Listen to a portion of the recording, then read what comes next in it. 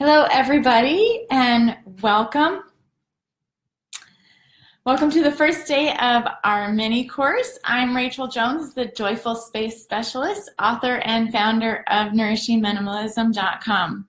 This week, I'm hosting a 5-day mini course, 5 days to a minimalist mindset. And today is day 1.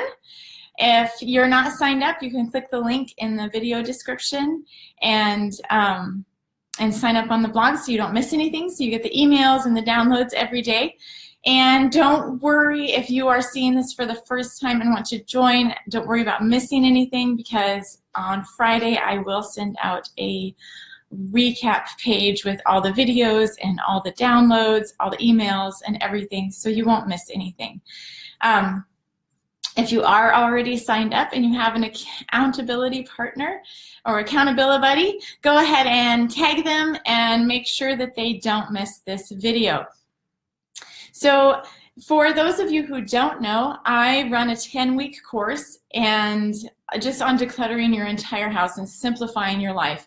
And this is the first week of that course. It is just very important. It's the foundation for getting everything accomplished, and I wanted to share that with everybody. So that's why I'm opening up right now to share the first week with everybody, and it's just shifting your mindset so that all your simplification goals and your letting go of the excess, you just really get a better grasp of why you're doing it, and it all starts in your mind. So I'm just going to jump right in and cover the notes that I have for today, and then I will answer questions at the end. So if you do have questions, please save them for when I'm done, because if you put them up right now, I'm currently looking at notes, and I will be talking to you instead of paying attention to all the comments that are coming in. So I will definitely help you if you have questions at the end. So just save them so they don't get lost in the various comments that are coming up. So this week we're going to cover the mental work that we need to do before we simplify or declutter the house. And most of us know that the reason we have a house the way it is and dissatisfied and have a hard time keeping it clean is just because there's so much stuff in it. There's just too much of it. And we've all probably had some kind of cycle of getting rid of stuff and noticing some improvements, and then after a short period of time, the house is right back where it started.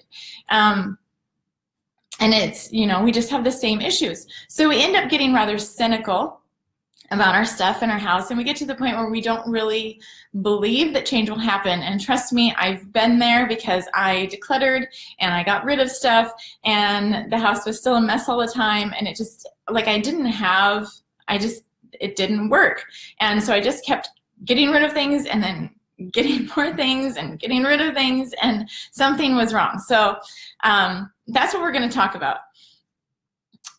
We can get rid of boxes and bags and look around and not see much of a difference. We just see more stuff.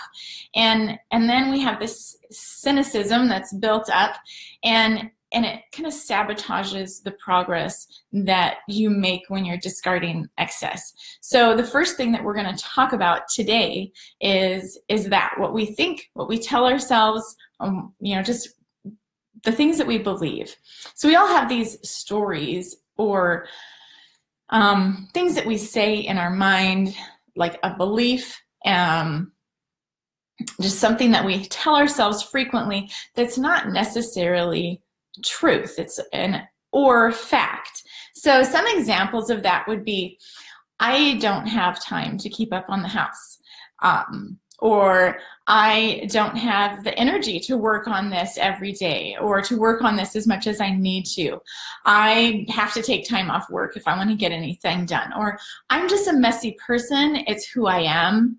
I can't declutter with children around. Or I can't get rid of stuff because I won't be able to afford replacing it if I need it.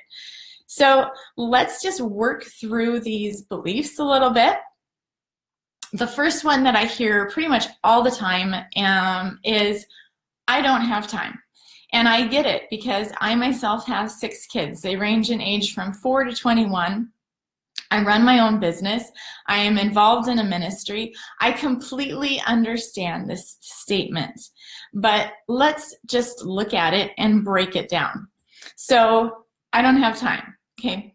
Really? So do you have time to sit and scroll through Facebook or browse Pinterest? Do you have time to read blog posts or news articles or watch the news? Do you have time to binge watch Netflix or veg in front of the TV and catch your whatever sitcom or drama that's going on a weekly basis? The thing is, we have time for whatever it is we make our priority. So I have things that distract, and I can get into a fiction book and I don't want to put it down. And I can spend hours scrolling through my Facebook feed. I can do a whole bunch of different things to just avoid the things that I don't really want to do. So for me, like if I'm doing videos, I don't really enjoy recording videos, so I'll end up cleaning the house and the house will look great, but the videos won't get done. And I'll take on home improvement projects and experiment with new recipes, and then I can tell myself, well, I'm just too busy to get on Facebook Live or to do another video, and that's how I distract myself. So for me, that wasn't a priority, so I was procrastinating by making myself busy with a bunch of other things. Another lie that we tell ourselves is, I have to keep things because we don't have the money to replace it. So I want to ask you, like, do you really not have the money? When was the last time you bought a latte, or do you buy new clothes when you need them? Do your bills get paid every month? So if you're able to pay all your bills and purchase the things that you need to, you have to understand that, yes, okay, if I get rid of this coffee cup, I do have the money to go buy a new coffee cup. It's not going to break the bank. If you have enough money to provide for your needs, then you have enough money to provide for your needs. Most of the time we keep things because we think that it's saving us money, and we keep those extras like, oh, just in case, so we don't have to purchase anything again. But is it really saving you money? When you look at those just in case things, most of the time they're very inexpensive, like the coffee cup. It's very easy to replace. So we look in this cupboard, and when we keep this, a whole cupboard full of coffee cups or 30 different water glasses, even though we really only use 1 or 2 every day. And these are the things that are very easy to replace. They cost very little. So how much money is it saving you when it takes up an entire cupboard in your kitchen and you have to work around the things that are out on the counters because you don't have room in the cupboards? So it's causing you a much more frustration than it is saving you money. And I personally don't care if you want to keep extras. It doesn't bother me a bit. I'm not an extremist. But be very honest with yourself. Do you need 24 extras, or can you just go with 1 or 2 extras? Another belief that I personally told myself when I was beginning this journey was, I'm a messy person, that's just who I am. And the truth is, we are who we choose to be. So I didn't have to be a messy person. And you don't have to be a messy person. I was never a writer until I started writing regularly. And it's the same for a clean house. I wasn't a tidy person, I wasn't a clean person until I started picking up after myself every day. And then I became a tidy person. So imagine that your life is a big hot air balloon, and every single one of these things that you've come to believe or to say about yourself is a tether that's holding you to the ground. And you have to address every single one of those lies as you walk around the base of the balloon before you can lift off, fly the balloon, and that's what we want. We want to launch off and be able to accomplish simplifying without these beliefs holding you back. What you believe about yourself becomes your reality.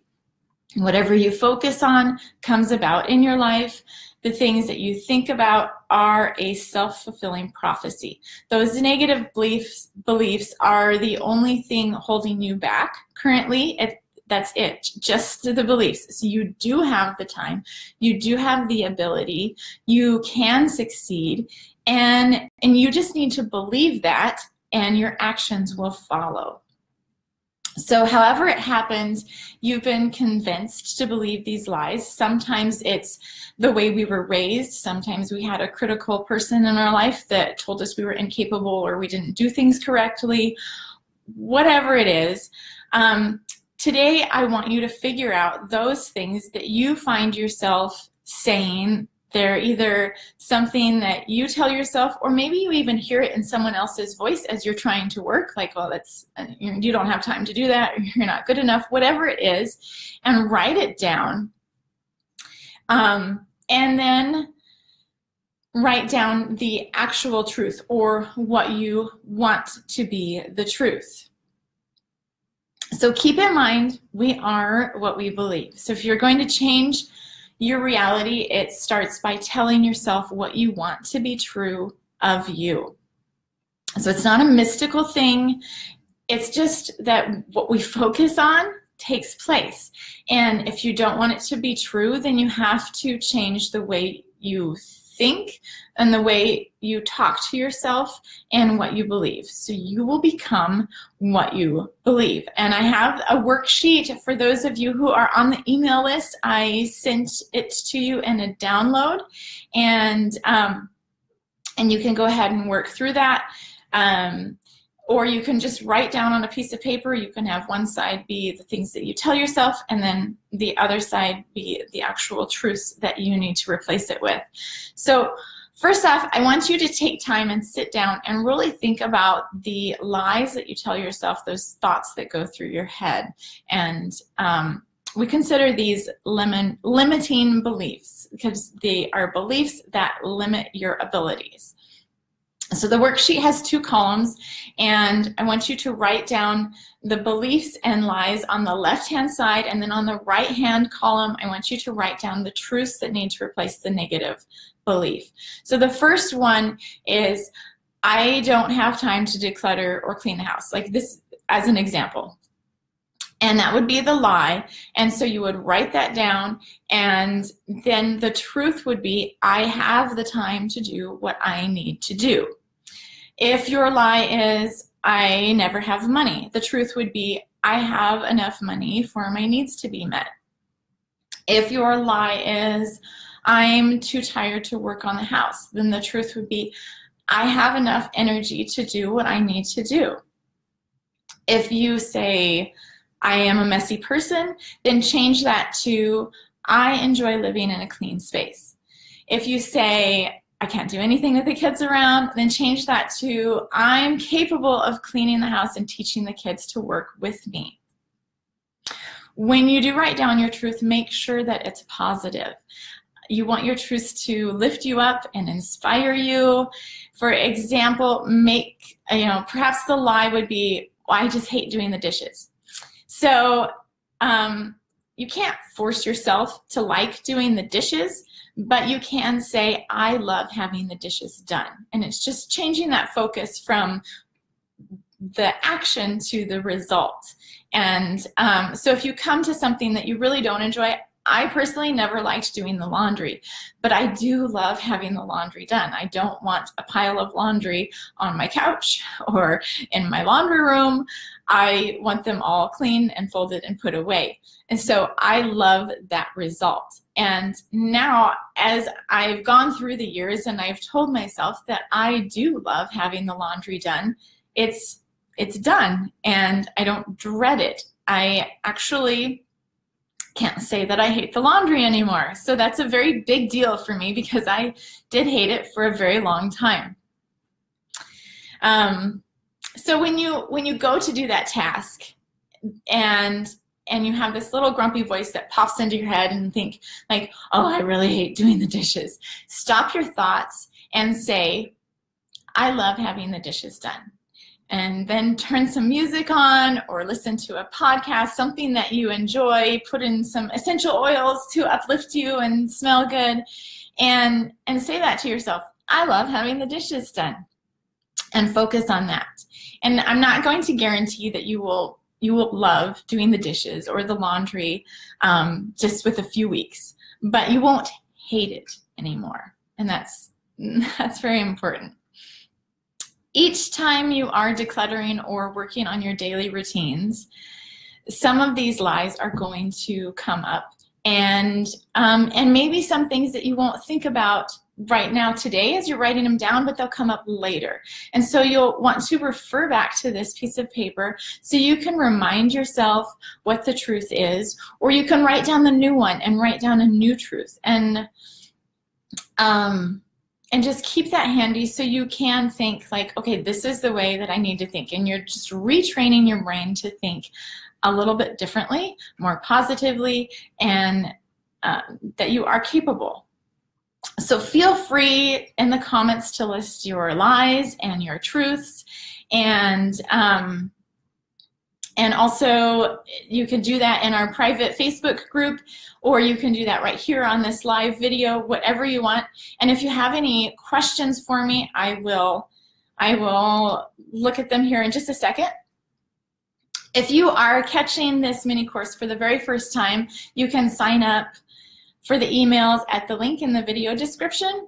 And on Friday, I will send out that recap page with all the tasks, all the videos, and all the emails and PDFs, everything on a page, so you can get it there so you won't miss anything. And then on Saturday, I am hosting a webinar sharing tips, inspiration, so be sure to sign up for that as well. You don't want to miss that, and it will definitely be motivating to get things done. So here, let me check out the comments. And hi, everybody. Thank you so much for joining me. Awesome. I'm so glad you're here. I am capable and creative. That's awesome. Good job. Happy New Year. Happy New Year to you, too. Oh, and I have family. Cassie, thank you for coming. Okay, if you guys have any questions for me, go ahead and put them in now, or if you have any lies that you want me to help you turn into truths that you're having a hard time just changing that into a positive statement, go ahead and leave that in the comments, and I will help as many people as I can. So thank you guys so much. And okay, here we go. I have the mindset, but my depression creates a lack of motivation. Diane, I get that. I've struggled with depression myself, and I understand. And my best advice is to just do one thing. Just determine, like, regardless of how I feel, I am going to do this one thing. And just set up one thing for yourself to do every day. Just like whatever it is. If you're going to do the dishes, then consider that just a victory, because you were able to do that. And you're not focused on how you feel, because I understand, like, it can completely weigh you down, and there is no energy and no motivation, and you just have to force yourself to do it. And when you see that done, you will get a bit of a boost of motivation, and it might take days, and it's okay. It might take weeks, and that's okay too. Give yourself time. Consider it victories. One of the things I think hard with depression is we're so hard on ourselves, and so even if we do accomplish something, like we do get the dishes done, we still think to ourselves like, well, that's all I did. Like anybody can do the dishes. But change that to be content with, I did get the dishes done. I did do something of value today, and that was good for me, and I am proud of myself. That can help.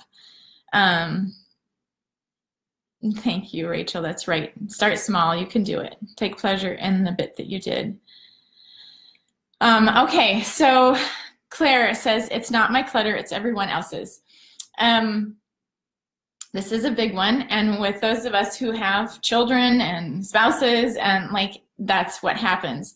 So you have to change it so that you are going to do this for yourself.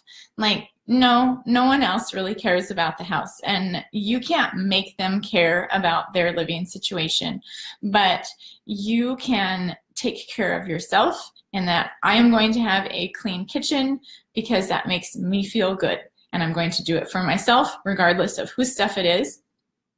I also would recommend making a house rule that no personal items are in community areas. So like the kitchen, the dining room, the living room, there's no personal items stored there, and that will help so that all their stuff isn't in the community space.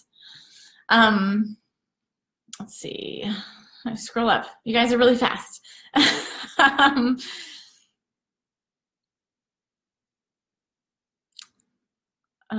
Let's see.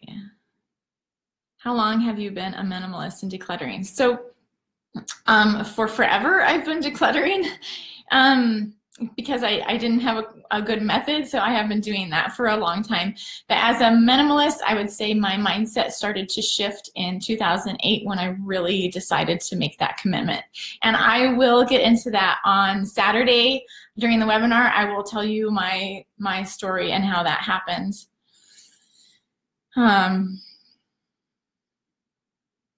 Let's see. How about morning routine? I'm having a hard time starting it. Okay, I am a huge proponent of routines, and I do recommend a morning and an evening routine. If you go to my website, you can search nourishingminimalism.com, jumpstart your decluttering, and you will find a free checklist there of just my basic routine. So wash the dishes, clean the counters off, throw away the trash, and then take a 5-minute break. So give yourself that reward for doing it. So for me, I had a very difficult time establishing routines, and I love checklists. So that's why I created a checklist, because I enjoy checking things off. It makes me feel good. It makes me feel accomplished. It's kind of funny because that checklist being marked will make me feel more accomplished than actually having the dishes done. So I use that as a tool, and then I have a reward for myself. And if you need more of a reward, then like make it a commitment to, I'm going to do this for a month, and then I'm going to go and do whatever, like buy myself a new book, go have coffee by myself for an hour, or get a pedicure, you know, whatever it is that would be a reward that you can look forward to and have that desire, like I need to be committed in this so I can get my reward. I think the checklist helps tremendously, and when I was doing it, I left it on the front of my fridge so I could see those check boxes, and I would want to see them all in a row. I wouldn't want to skip, because that's discouraging. So that was my goal, is to just make sure that today's tasks got done. Let's see. Are the lives daily or just today and Saturday? So they are daily. I will be on here every day talking about the task that I email you, and just kind of working you through and answering questions. So every day it's 10 a.m. Pacific. And then on Saturday I will have the webinar, and that will be, what time? 1 p.m. Pacific, I think. I'm in Mountain Time, so it will be 2 p.m. for me that day. So Saturday will be a little bit different time. Okay. Or something so big like the attic, it's bad. I think I probably missed the first part of your question, Sheena, but I would say do all the very basic things first before you go on to those difficult areas. So declutter your kitchen, declutter your living room, declutter your bathroom, you know, simplify in all the main areas of your house, the everyday items, the utilitarian items, and then when you're done with all of that, then go for your storage areas and your sentimental items. Don't start with the hard part first. Sarah says, my house is almost completely decluttered at this point in my journey, but I really need to push myself to stop bringing things in. How do you stop yourself from bringing things back in when sometimes it just feels so good? Sometimes it does feel good. I enjoy redecorating the house. So, so if you're doing something like that, redecorating the house isn't a bad thing. So if you balance it by bringing one thing in and taking one thing out, there's nothing wrong with that. Or you can just change your habits and what you get joy from. So for some people, that might be just completely rearranging the house. Or for some people, it's just completely picking a different hobby. So if you went shopping for a relief, it's learning to go hiking or rock climbing instead, or taking up writing, or, you know, taking cooking classes, something completely different. I'm sure there are more things that you can feel good about than just acquiring. So just spend some time thinking about, what do you get that boost of excitement from that is not acquiring. And this is why some people travel a lot, because they get that from having new experiences.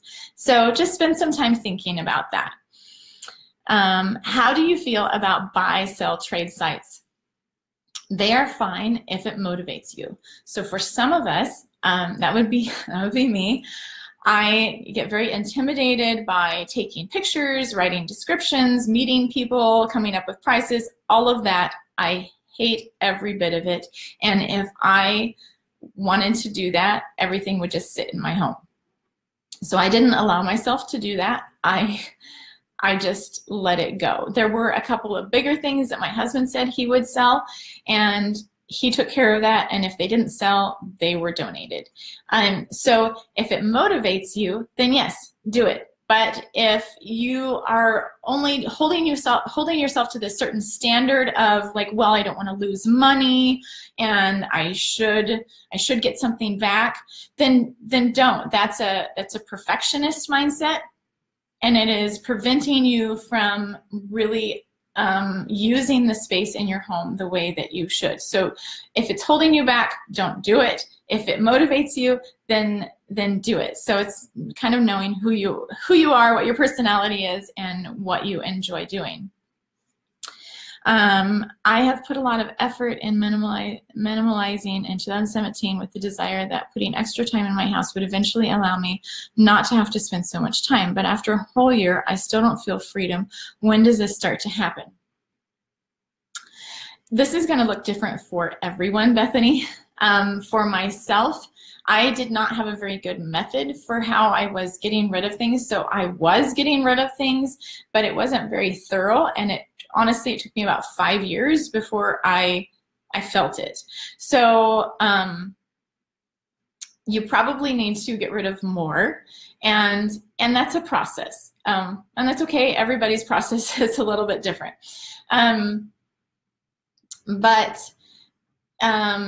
If you're still finding that your stuff is taking up a lot of your time, then you still have too much of it. If you're struggling with that, I might not be able to live without this stuff, then box up those things that are questionable and set them in your garage or your storage for a month or two, and just test it out. Just test to see how much you can live without. And I will say that if you have little children, you still end up cleaning up a fair amount. But I have a lot more free time now than I did, and I still have a 4-year-old running around and clinging to me and talking to me all the time and everything. So Just try seeing how much you can live without.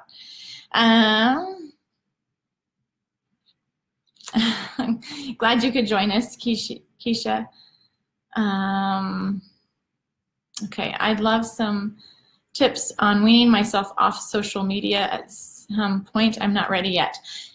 Rachel, so the first thing I would do is turn off all your notifications on your phone so you don't get notified when someone, you know, likes something on Twitter or on Instagram or on Facebook or messages you, all that. So that's what I do, and that makes a big difference. You're not distracted all the time.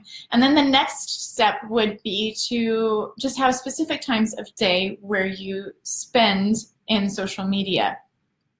So this is how I use my reward when I'm done doing my routine in the morning. I sit down and I look on Instagram or Facebook, or I play Candy Crush, and that's how I use that. And then I turn it off, and then I do my next task for the day. So it's set times pretty much, or times in my daily rhythm where I'm like, okay, I have this time right now, and I can do this for myself, and it's a reward. Yes, Nancy, use social media as a reward. Good job. Okay, paper is my challenge, school papers, other important papers, and photos. And that is like an entire different recording because that would take forever. I will say, to deal with it immediately, it comes back to just routines. So when I get the mail, I sort it immediately and toss the junk mail and put the bills in the inbox to be dealt with at the end of the week. When the kids come home from school, I go through their papers right away, and we look at their projects, and we throw them away after we're done or recycle them. And if there's anything that I need to sign and send back to the school, I do that right then, put it right in their backpack, and it's ready for the next day. So just dealing with it very immediately. And I did find that I file more with a drawer filing system. So before, I had the folders that stood up, and I really hated taking the time to sort things and put them in their specific folders until I got IKEA drawer filing cabinet, and it has 6 drawers.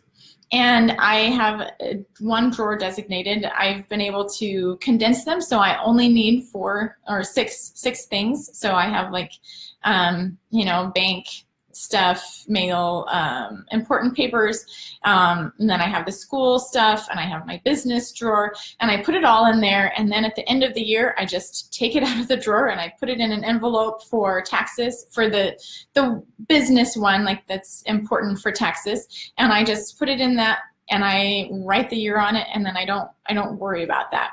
And then for the kids stuff, I can just take all that and just throw most of it away at the end of the year. Let's see. What is your opinion of the KonMari method? I really enjoyed her book. I read it and I thought it was very inspiring. I really liked the way she did things.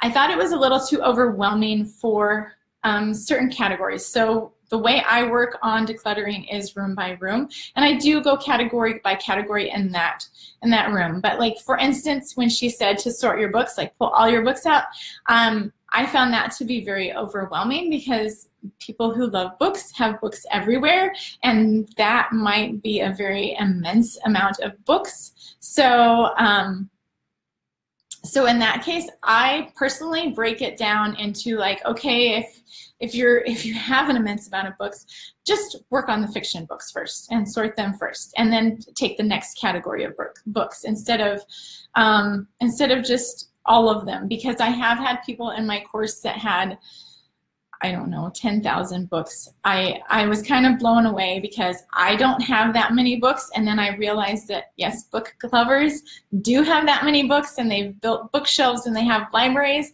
And so when you think about sorting them all in one day, that's just way too much. So but I did really enjoy her book, and I like her method.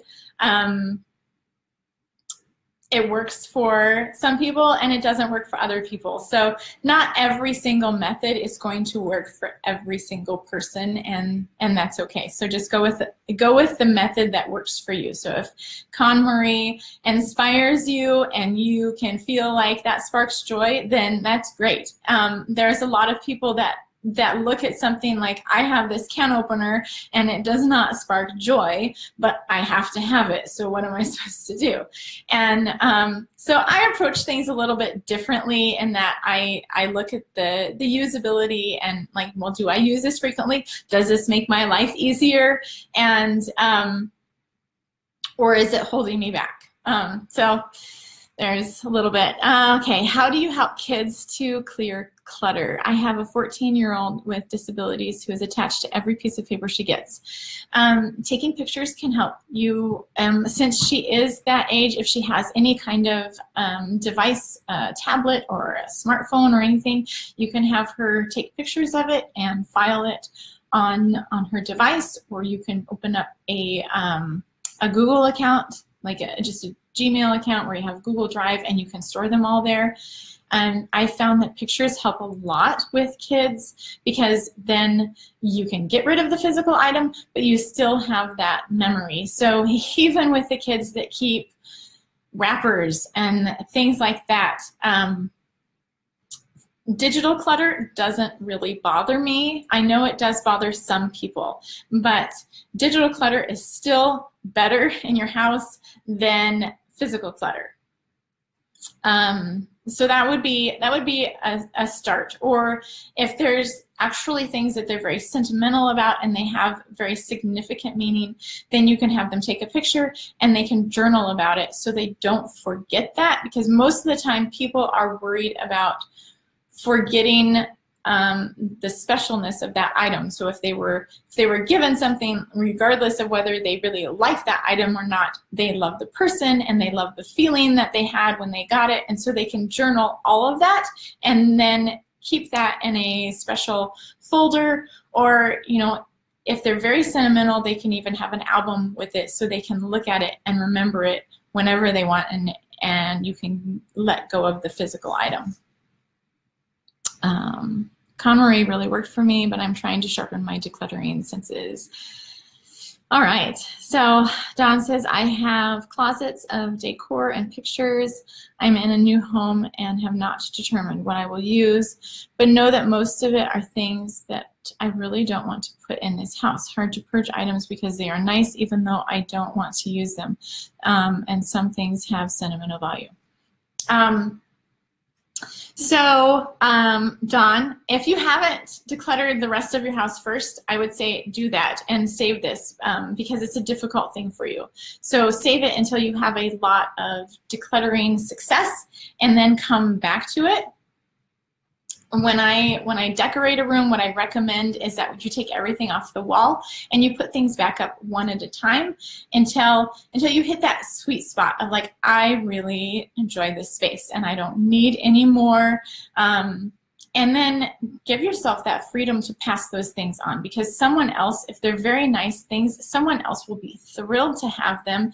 And if you give them to a charity donation center, like there are people that really want to have a beautiful home and they can't afford that. So if they can go and find those pieces there, they will be so thrilled that they can decorate their house and have a beautiful environment, and they will be very appreciative to you. So think of it in that terms of how you are just blessing someone with that.